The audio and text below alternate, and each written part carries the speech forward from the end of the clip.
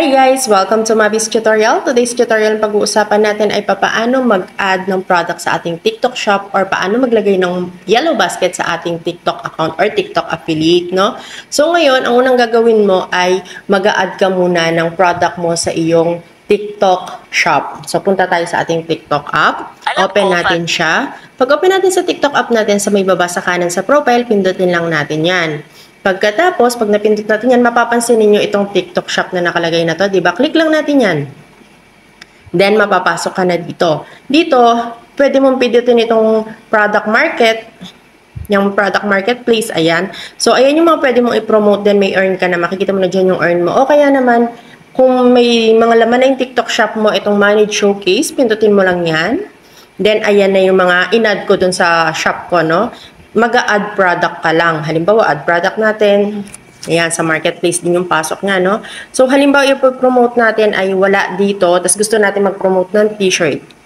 So, lalagay natin t-shirt for woman. So, bahala ka na kung ano yung gusto mo i-promote. Then, pag lumabas yan, ayan, nakita nyo, diba? Ayan na yung mga earn na makukuha ninyo once na nakabenta kayo. Halimbawa, itong Mosimo, pipindutin, i-add natin itong Mosimo, no? Check lang natin siya. Then, check natin ng Mosimo kung yung review niya maganda ba. Ayan, nakasold na siya 222 sold. In stock siya. Tapos, ang ratings niya is 5 star. Tapos, ang ganda ng quality. Bilis din dumating. Super na gusto na anak ko. So, titignan niyo yung review. Kailangan maganda yung review para hindi kayo mapahiya.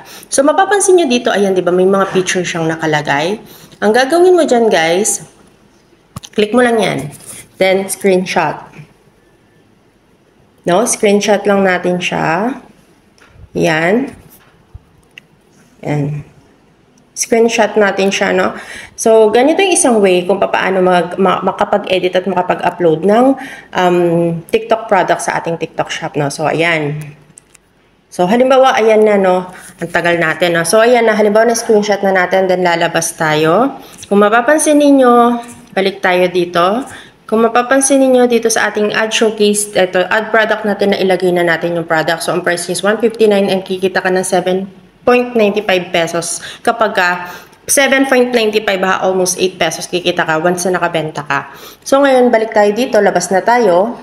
Ang gagawin natin ay pupunta tayo sa ating gallery. Punta tayo sa ating gallery. So, ayun, nandun na yung mga ni-screenshot natin, di ba? So, ang gagawin natin dyan, ika-crop-crop lang natin siya para maano natin. Tapos, pag nagawa mo na yun, edit mo siya sa CapCut, sa kung saan meron kang editor sa Canva, okay lang yan, walang problema dyan. So, halimbawa, nakapag-edit ka na, no? Meron na akong naka-ready dito. So, halimbawa, nakapag-edit ka na, halimbawa, ito, na-edit ko na siya, so, i-upload ko na siya. Hindi tayo masyadong mahaba. So, nakapag-edit na tayo, gagawin natin, labas tayo. Pag nakapag-edit na tayo, then pasok tayo sa TikTok account natin. This has been I-click natin itong plus sign na to. Pag na-click natin yung plus sign na yun, mapupunta tayo dito. Then itong upload na nasa kanan, click lang natin yan.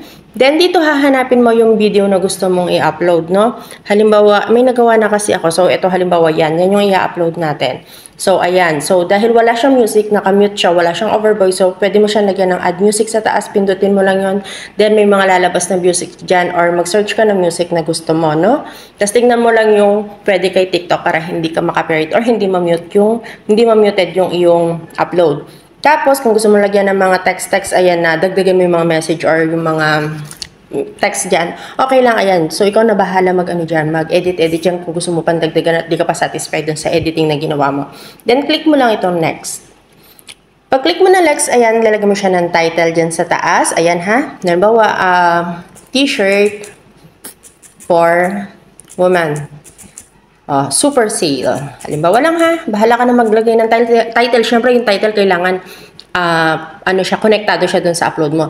Then dito sa select cover, ayan, pwede ka mag-select ng cover niya para yan yung makikita sa parang parang thumbnail niya. Yan yung magiging thumbnail niya. So halimbawa, yan yung cover natin, save mo lang siya. So ayun na-save na siya, diba? Tapos dito sa may add link, pindutin mo yan, tapos product. Click mo yung product. Then, hanapin mo dito yung product na ipopost mo, nasaan siya. Siyempre, pag kinlik nila yung yellow basket, doon mapapasok sila. So, doon sila. Wait lang ha. Hanapin natin yon para mas malinaw. So, eto yon. Eto, 179 siya. Then, kikita ko ng 12 pesos and 53 centavos. Then, i-add mo lang yan. Pindutin mo lang yung add. So, dito lalabas na yung product niya, yung product name niya. Nasa sayo na yan kung gusto mong palitan yung title niya. Makikita mo yun doon sa gilid ng yellow basket. Halimbawa, palitan natin. Nandito mabibili. Wait lang ha.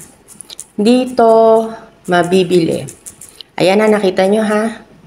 Mabibili. So, save lang natin siya. Add. Nasusundan nyo sana ako. So, ayun na, add to link. Ayun, mayroon ka ng yellow basket. Pagkatapos dito, hashtag. Pinutin mo yung hashtag. Then, ayan, t-shirt for woman. Ayan. Ay, hindi na dikit. Woman. Ayan. Tapos, hashtag. Pero kung may mga nauna ka ng post na ganito, automatic nandito na yan nakasave. So, pindot-pindot ka na lang dito. Ayan, ganyan-ganyan ka na lang. So, yan. Pag okay na lahat yan, then post. Pindutin mo yung post. Tapos itong post video. Tapos ayan na. So, affiliate here. So ayun na, 100 posts na siya. Then, punta tayo, check natin siya kung nandun na siya. So ayun na siya, napansin nyo, ito yung 0 views. So pag pinindot mo yan, makikita mo yun. Dito mabibili, ayun na yung yellow basket. Sa'yo, hindi mo makikita yung yellow basket mo, ganyan lang. Pero sa mga viewers mo or buyers, makikita nila yan na yellow basket. So yan, yung kiklik nila, pag kinlik nila, madadirect sila dun sa seller, product seller. At pag nag-check out sila dun sa part na yun or nag-add to cart sila, chineck out nila, automatic kikita ka. So, sana na gets mo. And that's all for today's guys. Thank you and God bless.